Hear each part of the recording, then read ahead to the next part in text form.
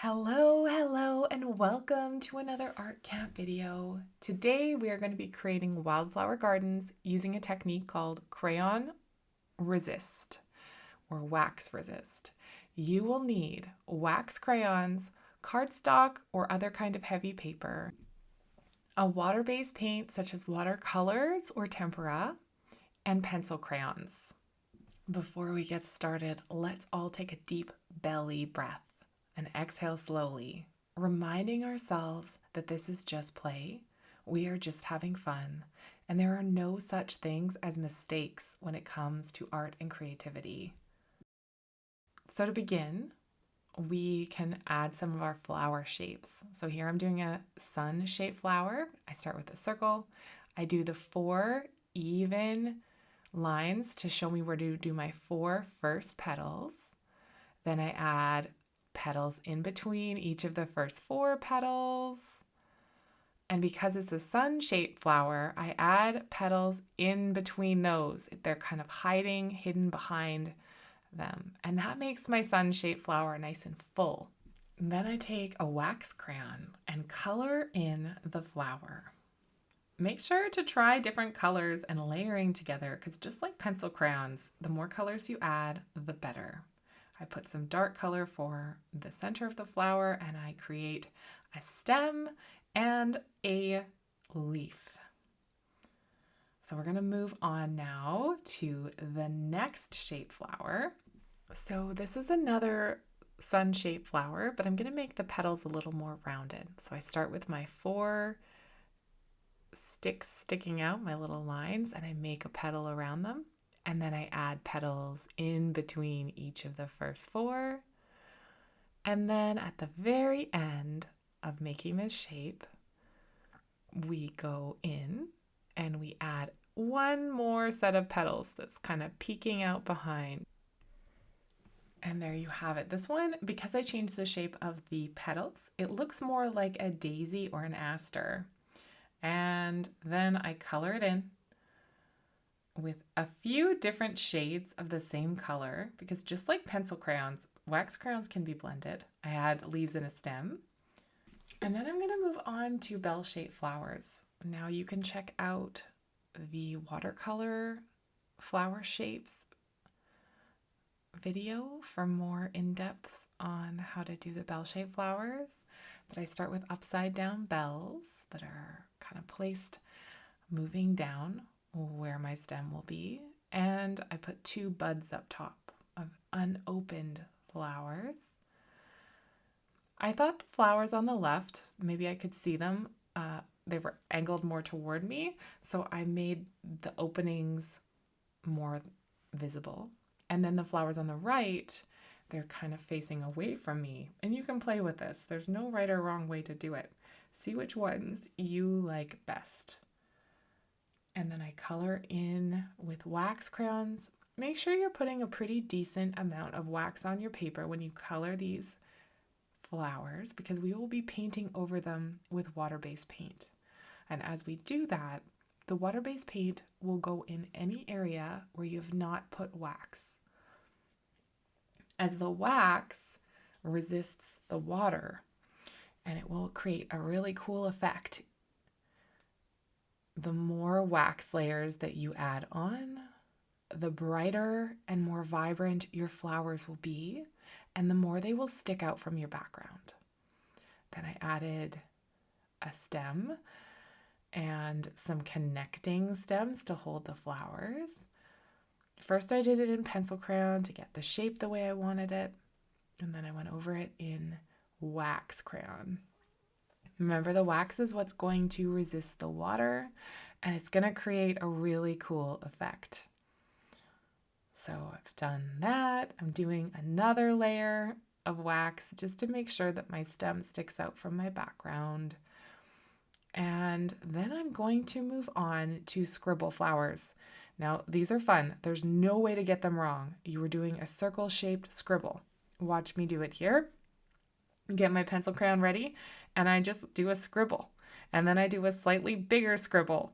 And then I do another big scribble. And it ends up looking like a layered flower.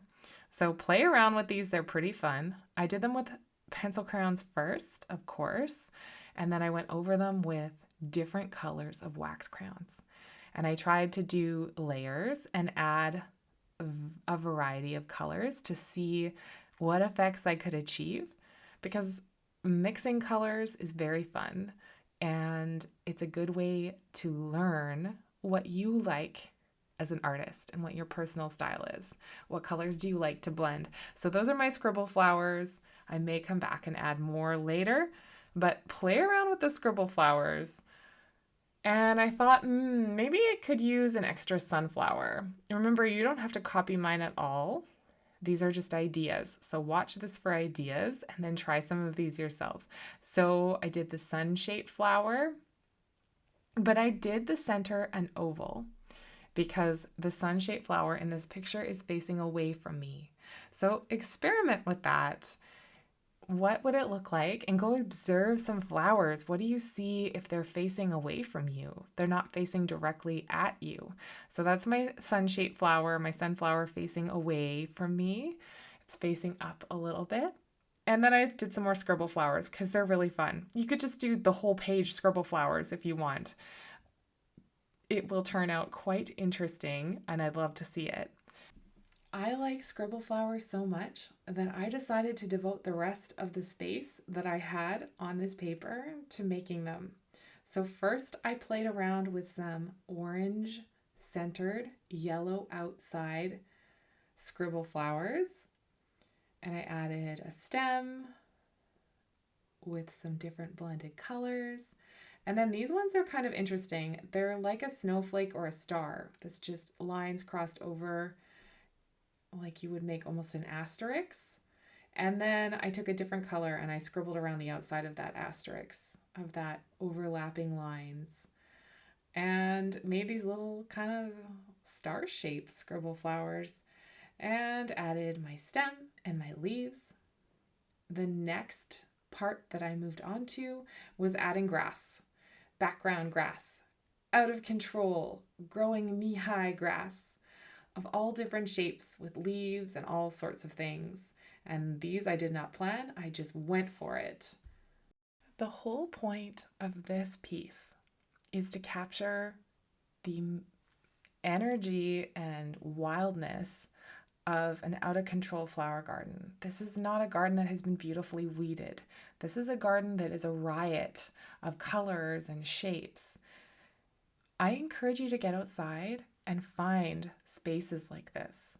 Even the empty lot near my house has beautiful, out-of-control flowers, wildflowers growing that I'm sure people must think are an eyesore because they're all weeds.